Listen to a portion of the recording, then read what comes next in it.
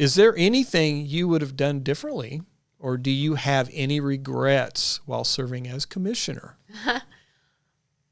Well, I mean, I think that we are our own worst critics by and large. And there are times where I feel like I could have been slower to speak. And, so there are times where I think that I could have approached things better, where I let passion for a subject rule me more than... Darn, I kind of liked that when you were that way. Oh, yeah. Well, I mean, I think that there's probably a better way that it could have been handled, and I could have probably made the same points without necessarily. Well, it's okay. Mm-hmm. It's okay. Like I said, we're our own worst critics, right? So for me, it was. I just believe that if you're going to say something and you want people to listen, obviously starting off with on a very passionate tone is going to really affect how that conversation is going to go. So do I think that I would have made a different decision? No, I feel like I've tried to make the best decisions that I could with the information that I have had. I would not change that, because really, I mean, I would stand by the decisions that I have made and made the same ones. But I think that there are always ways that we can improve, and I think you learn as you go, and you have to be willing to be flexible and learn and give yourself grace and give others grace, and hope that you can, work through things for the good of the community. Because it's not just about me. It's not just about another person, one other person. It's the community we're trying to serve. So ideally, we can all. I just really wanted us all to work together for the good of the community. That's good. Well, and that means that, sincerely, you struggled with that, because there were times when you wanted, to say more, but right. Well, I think that you can be honest and move forward with things and do it in a nice way. And I don't think that I was ever mean. I don't think. And if I was, then I apologize to whoever thought I was mean. No, but I don't think so. I do have a tendency to speak with passion, and that's why I said I really am being slower to speak and really just quicker to listen. Yeah.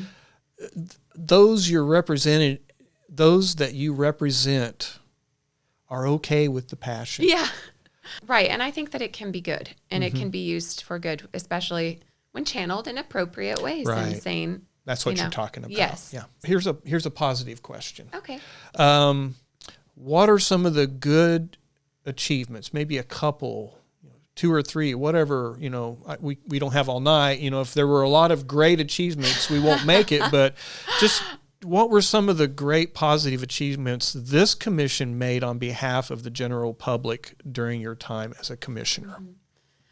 I think that one thing that I do feel good about is supporting our police department, because especially during this time when it seems like there are a lot of communities that don't, and people are okay with keeping lawlessness as a pet, and playing with it.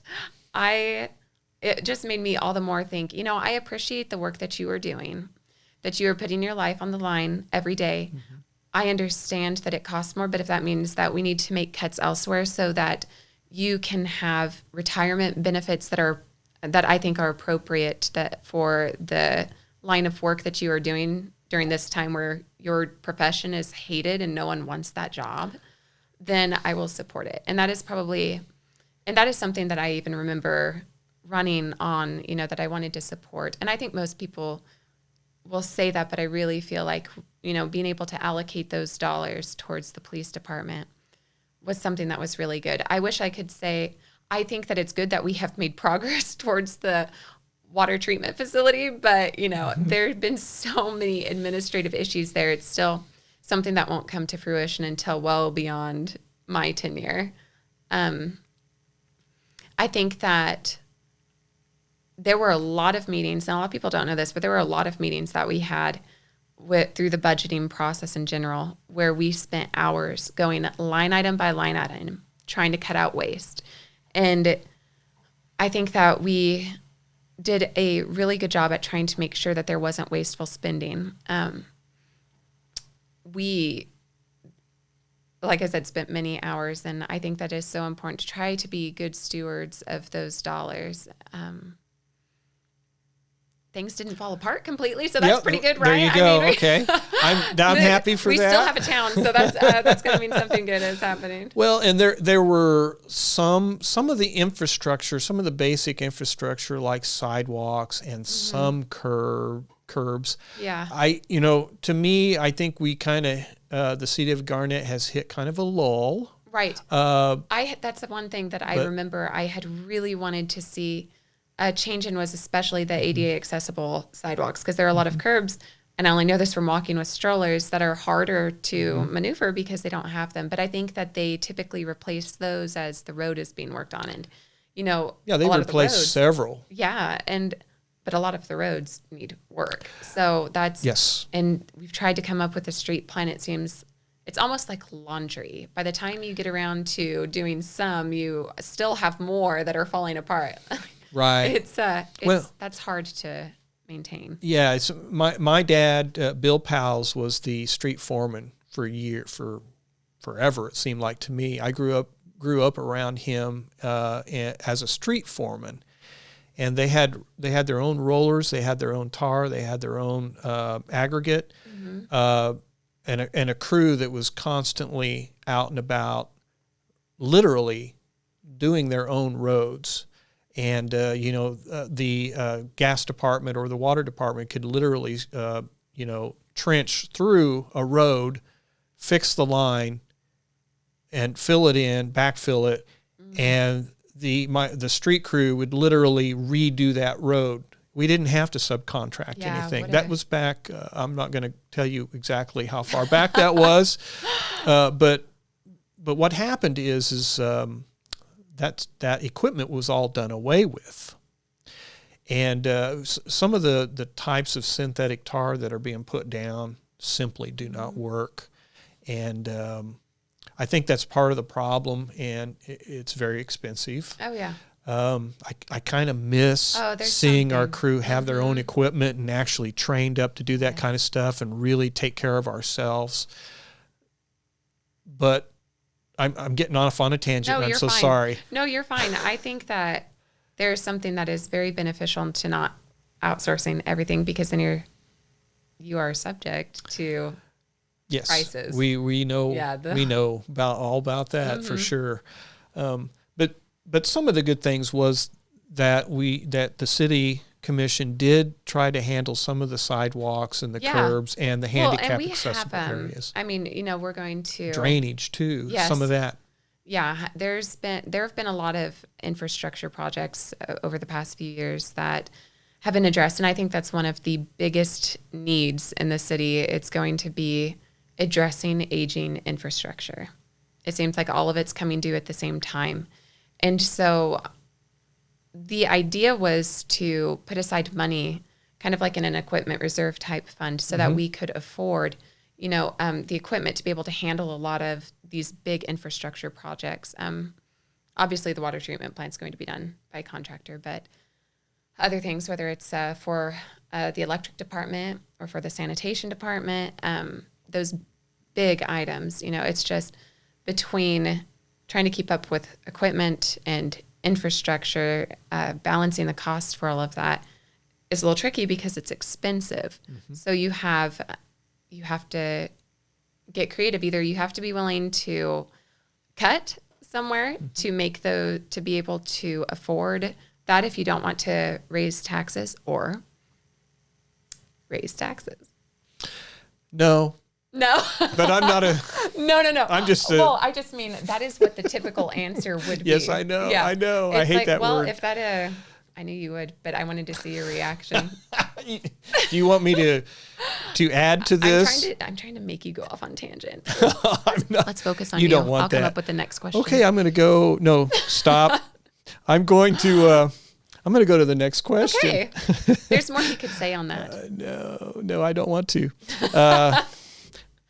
No, I'm going to move on. The election is on November 3rd, 2020, but regardless who will fill that position in 2021, right? Let's pretend something. Use your imagination. You do this with your own kids. Okay. Use your imagination. Okay, you're on the commission. There's 3 commissioners. You count for 3 votes on the commission. Okay, in the time you have between the general election and what's the date in January you finally walk out of there? I think it's just the first. First of January? Yeah. Okay, that makes sense. My gosh. Okay, you're worth 3 votes on the commission. What one thing would you want to accomplish with that 3 votes? You have the power. With power comes great responsibility. Right, I was going to say, honestly, I wouldn't want that kind of power. Primarily because I feel like there's something good that can happen whenever you are tempered in what you can do. I also really think that, and have so much faith in people, that I think it wouldn't be what I would do. I would want to see what other people could do if government kind of got out of the way in some ways, because I'm with you on that. Okay. The tax thing, I wasn't saying we should. I was just saying it, is an option that is taken. Right. Understood. Okay. I'm with you on that too. Yeah. I know where you could cut, but you don't want to. Oh, yeah. Nobody wants to hear that here. Well, I would not want that responsibility, because I think that people will fill in the void if given the opportunity. It's just whether or not we want a nanny state to take care of us, or if we want to actually be the ones who try to do good and bring good things to the community, because I think we would. I don't think that we would have to have the city organizing certain things. Like if the city just stopped doing an event, I think that people would fill in, because they love that. I mean, people love to get together, and it creates such a sense of community being able to do that. And I don't think it's stuff that has to be facilitated through the government. Boy, I love that song. You're singing my song. Yes. Government.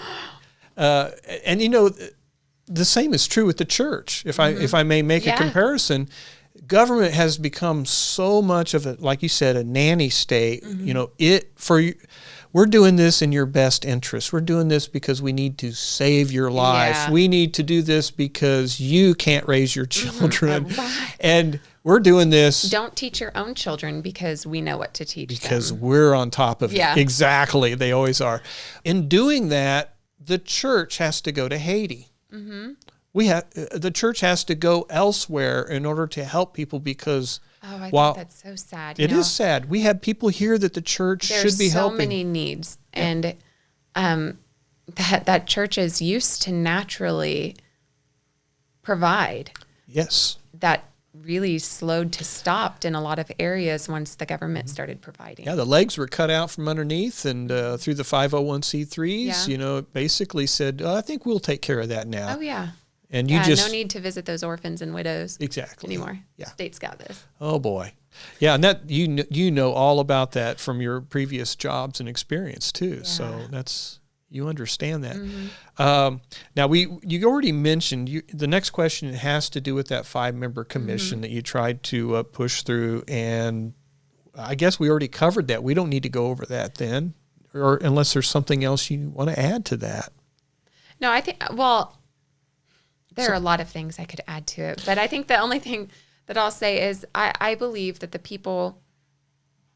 biggest issue I had with how that all happened and how that all went down was just that I felt as though when that petition was signed against the 5-member commission ordinance, it was validating people's idea that votes don't matter.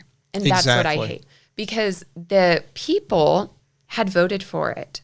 And so we moved forward with it. And had there not been the whole, we can make a petition to go against the ordinance and have a revote on it, then what's the good in voting? And I think it was all very intentional the way it was handled too, because it came back that the petition didn't come in until it was too late to, and I remember thinking, this is an off-year election. There won't be anyone or hardly anyone coming out to the polls to vote in an off-year election.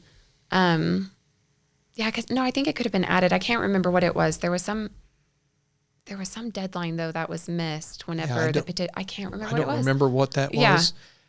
Because I know it still could have been added, I believe, to the November ballot, because a lot of people were saying, like, oh, she's wasting money because she's insisting on a mail ballot. No, I was trying to reach more people because it seemed so unfair to the people who had voted for it, the majority of people that had better voter turnout than we had seen for quite a while. Right.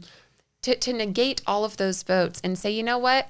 We don't really think you know what you were voting for. Well, to not only invalidate it, but to call them uneducated in their vote. Basically. It was such an insult, and I thought that was such a wrong that I was trying to do what I could to right the wrong that I felt had been done. So that was one of the more passionate scenes of the commission. Remember. Yes. And you had every right to be that way. And I would still, it still saddens me how it turned out, because I know that at that point, we still didn't have the same turnout, even with mail ballots.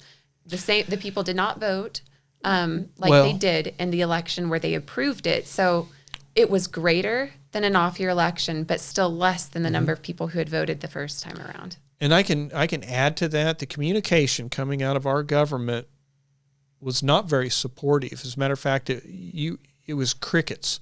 The people didn't get the information they needed about that ballot.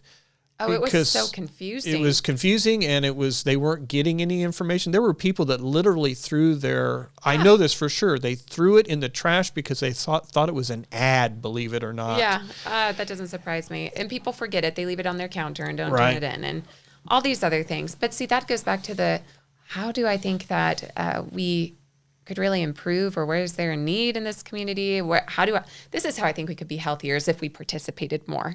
Right. And actually, but I think it's because people think that their votes don't matter. And we proved that. I mean, that's what our commission, or the petition, what said basically whenever they heralded that petition and overthrew the 5-member commission. They were validating that fact that, you know what? Your vote really doesn't matter. I'm going to do what I think is right. Because you don't know what you're voting for. Exactly. That's what drives me crazy. Well, and the person who, I'm not going to mention any names, the person who drafted up the resolution or whatever it was, created drafted it in such a way, using legal verbiage to make it so it didn't count. Isn't that the way it happened? What was it? You mean in the mail ballot? I felt the first time around. When people believed that they had actually voted to make this thing happen, they found out. Okay. They found out that it was an advisory vote. Exactly. So they were not directly voting on the ordinance. So it was an advisory vote, which means this is the public's opinion. How do we feel about it? Do we want to support the public? Do we not want to support the public? Should we vote for it?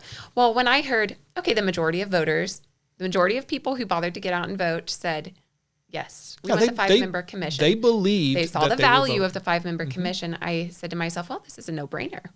I don't have to think about this. I don't need to debate about it. I was shocked that it passed. In a very good way, because I wasn't expecting it. And I don't think anyone was expecting it. That's why I think that, it was, people ran on the idea that, they didn't really know what they were voting for. And I thought, wow, those uneducated voters out there. Yeah. I felt like such a wrong had been done to the people whenever it was. I was upset for them. People won't forget that. No. And, when I speak of health and successful, those are the things I'm talking about. That's that's an unhealthy effect that's coming out of our city and county that we need to resolve. It's that idea that, I know what's best for you. You don't know because you're uneducated. But that's the way it's but I'm always been. in a position to know. Yes. Well, maybe you can help change that from the outside. Yeah, see, that's what's funny. I feel like I keep moving, thinking, you know what? I wonder if this is where I can help people, and this is where I can help people. I think you can. And it keeps changing. It keeps changing, and I feel like I keep getting a little bit closer. And I mean, in the meantime, I feel like I'm trying to do what is right and what is good. So I hope that good things are coming from decisions that I make. It's just, yeah, there have been challenges, which with this position doesn't surprise me. It didn't surprise me. I think it comes with the territory. I think it does. Yeah. Well, watch out for this next question. Okay. So how do you feel about your city manager? How good of a job has he done since he's come online here in the city of Garnett? So I think that this question in particular is very interesting because I know a lot of people seem to think that I just hate the city manager. By whatever rumors have spread, I don't know. I think that we challenged each other in a good way because I think that if there's room, I believe iron sharpens iron. So if there was room for improvement, it's going to happen, in conversations that might be uncomfortable. I think that I can, or, in the past I could go to him and discuss things. And I do feel as though he made, if I thought there was an issue, that he made an honest effort to try to fix the problem. I know that at least with anything that I have encountered where I think that, there could be something to be done, he's been willing to listen. And as far as I can tell, he tries to help. And so that's not to say that has always been easy. But I think that you have to learn to work together with the people that you're paired with. And he came on the same time, so we were both new to it. There were things that we both were trying to figure out along the way, and we have both grown since then. And I feel like we have a good working relationship right now. And like I said, I hope for the best. So we have conversations that we need to have, and we do the work we need to do, and then I pray about it. And I have faith that things will work out. So that is my strategy. Okay. Well, onward to the next question. Very good answer. Has your city attorney performed his duties and always leaned on our state's constitution when making sure this commission functions according to your oaths of office? Do you feel like he did that or not? I do not know how he makes, the day-to-day decisions. Now, I know that a lot about just attorneys in general is based on precedent. A lot of decisions are based on precedent. And that's kind of like in the federal government, the incrementalism of decision making. Yes. It can lead you away. So I don't have any reason to believe or feel like there was any intentional, I'm trying to disregard the Constitution. Now, there are times, obviously, with the 5-member commission and the mail-in ballot, where we had that discussion about the Constitution. And I remember the paper saying she doesn't have a law degree. She shouldn't be talking about the Constitution. Oh, my goodness. But yeah. Anyone can read it and interpret it. It was made for the people. Right. It was made for the people person to understand. And I feel like, we had that conversation and we obviously disagreed with each other in that one instance. But as far as I can, in the day-to-day, like writing up ordinances, drafting something, I feel comfortable asking what his legal opinion is and trusting that he is, he's doing the job that he's been assigned to do. Like I said, we obviously have to work through things just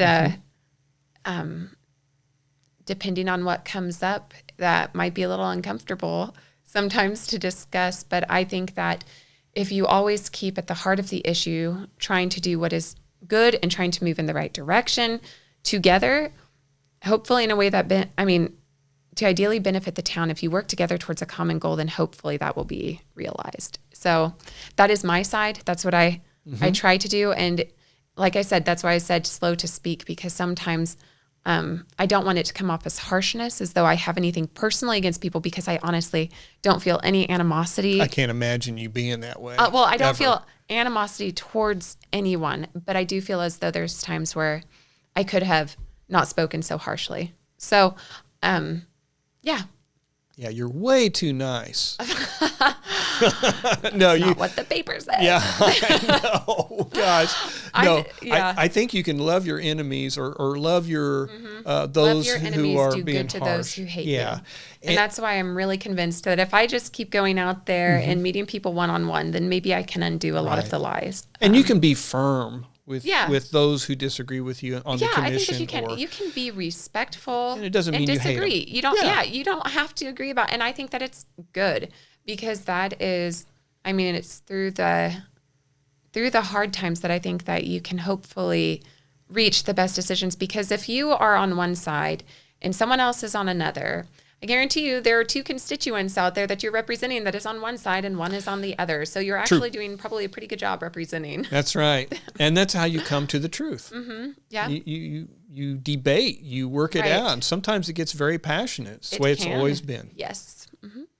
Yes, you do. Okay. If a recession were to hit Kansas next week and there was no more of this free printed federal money to hand out to Garnett through grants, how would you... what would you cut to ensure the survival of local residences and the function of utility services in the city of Garnett? That's a really hard question, I think. I think that, I think to answer that, you kind of have to look at what we are currently receiving grants for. Most of the federal grants we receive are actually towards our infrastructure and infrastructure improvement. So we're going to have a large section of US 59 in town redone, large part of it paid for through KDOT. Well, I guess that's Kansas, KDOT grants. But they could have received them from the It's very government. possible. That I think that they actually probably did. I mean, that's the purpose of COVID-19 is so we can suck more money out of the federal government. Wasn't that nice? That's so I didn't convenient. say that. Well, but then also the airport. So we have some work that's going to be done through a grant from the airport. I know with, I believe it's through CDBG money that we have been giving grants to fund police vehicles and stuff. So a lot of the money that we have received locally as far as grants are concerned has been towards infrastructure and towards equipment that we need. Like, these are things that I believe that we would need to fund. People need a way to get to work. You know, obviously the roads need to be good. That's right. Those are priorities. You need patrol cars if you want to keep safety. So in the absence of that money, you would have to redirect money to make sure that you are funding that infrastructure. So that would mean that things that, I like how you're leaning in, things you would have to come up with some system to say, this is essential, this is not essential. Infrastructure is essential. You don't give on that. There are other things that there can be give on. Okay, good enough.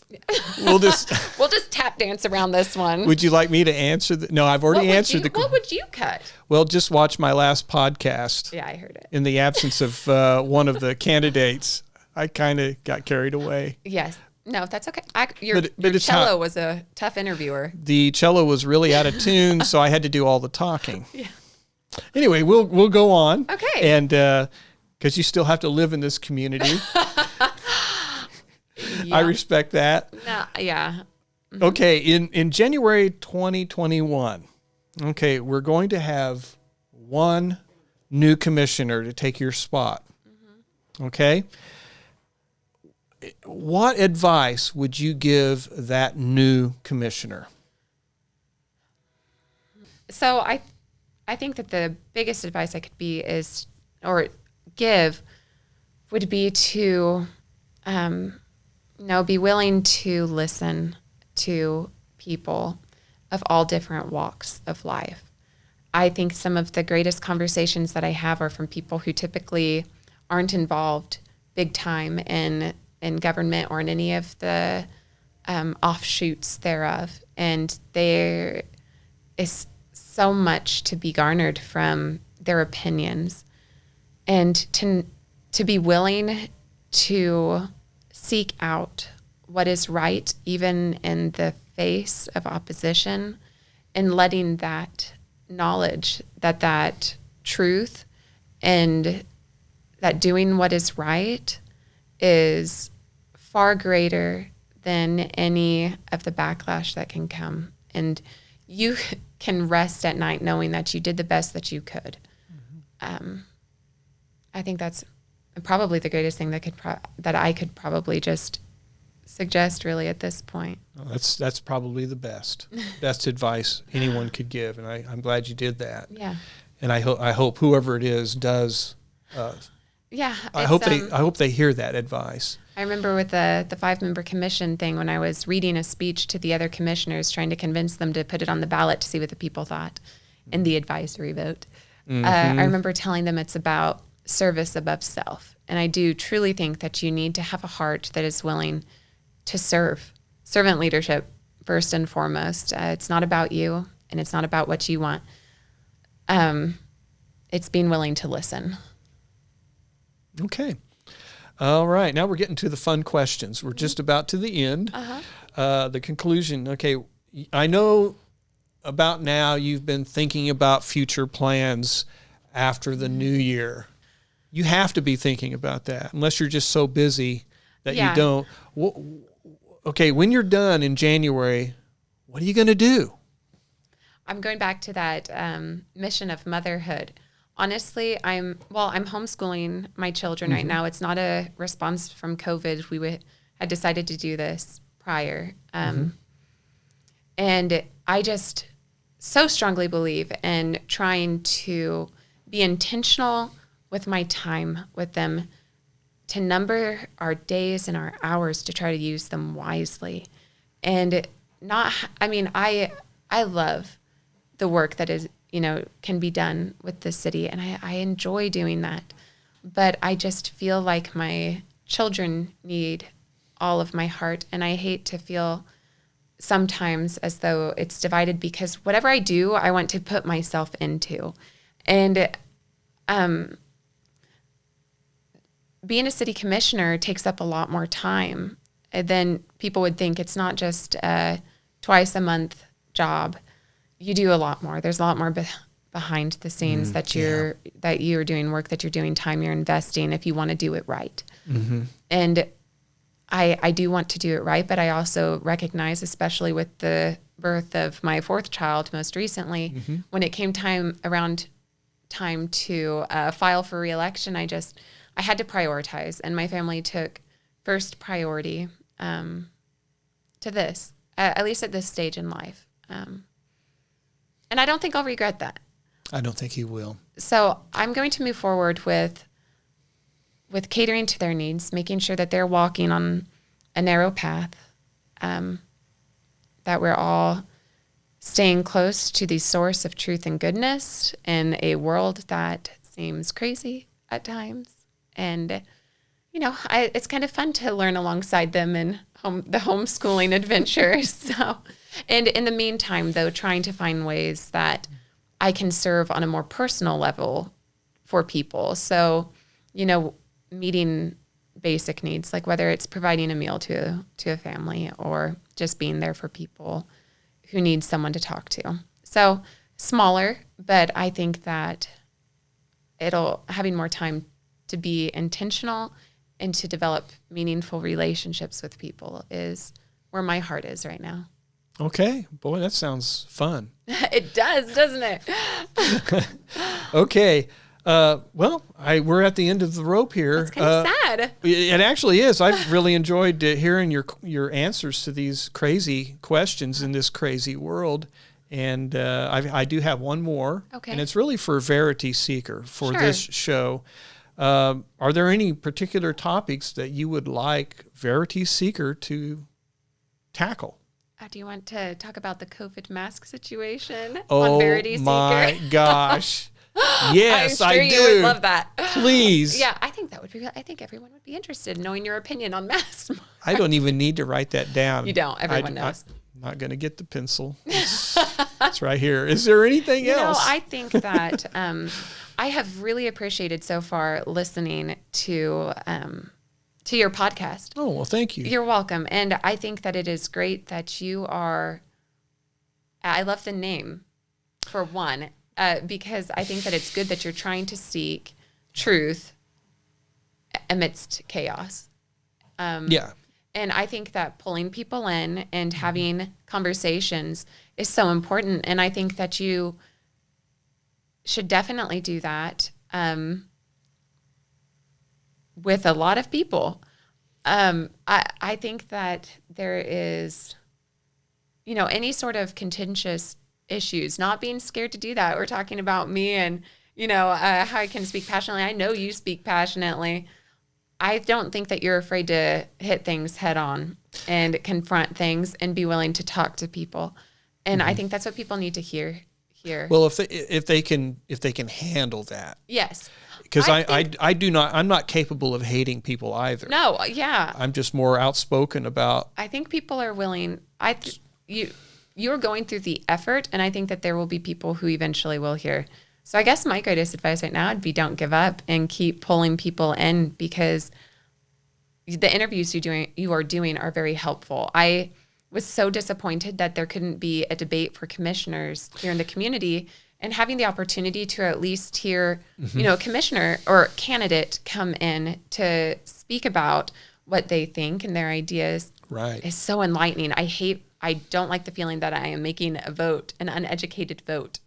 And let me tell you, there are a lot of people out there because I ran for an office, they're asking me questions about, the Constitution and different things, and what to do with the judicial system, with the judges. Some of them are activists and stuff, and I'm learning like everybody else.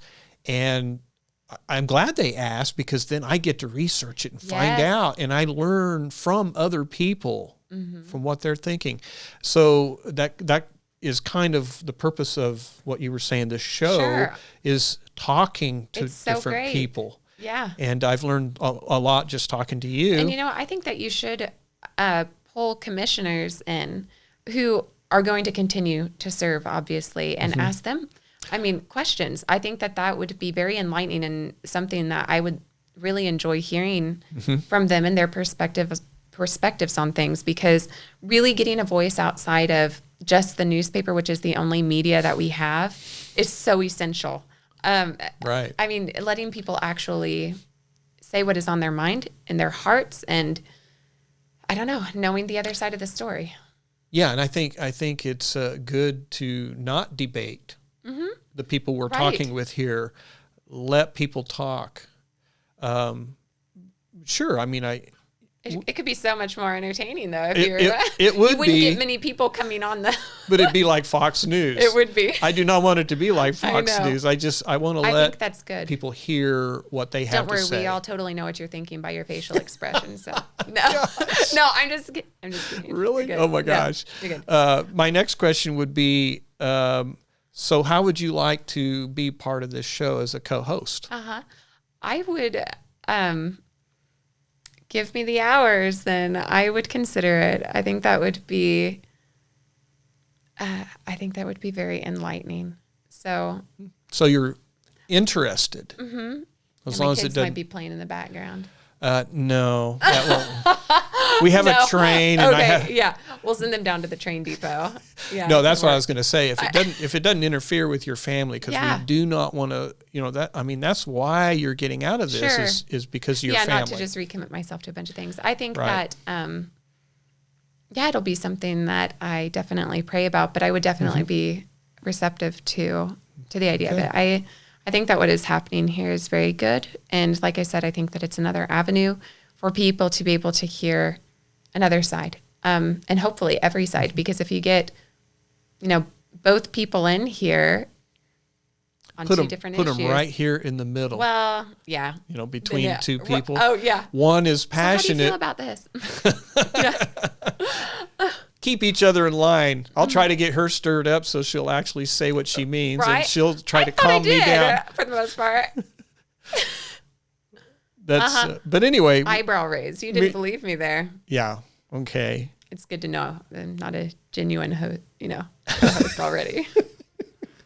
Anyway, yeah, I've really enjoyed this conversation, and we got a lot of things hashed out even prior to this interview, and I got a lot out of that as well. So I hope that the viewers out there will enjoy this podcast. I do too. I enjoyed it. Yes. I think it's going to be really good for the community and for the candidates who are running for your position. A lot of good information here. Ladies and gentlemen, soon to be former mayor and / city commissioner of Garnett, Kansas, Brigitte Brecheisen Huss. Thanks for listening. We're signing off. And do I have to hit your elbow or can I do a shake? All right, good. All right, this is Verity Seeker with your host and possibly a future co-host, Mark Powls, and I'll go ahead and say Brigitte Brecheisen Huss anyway, even though she's not on yet. That's okay. Signing off. Thank you very much. Bye.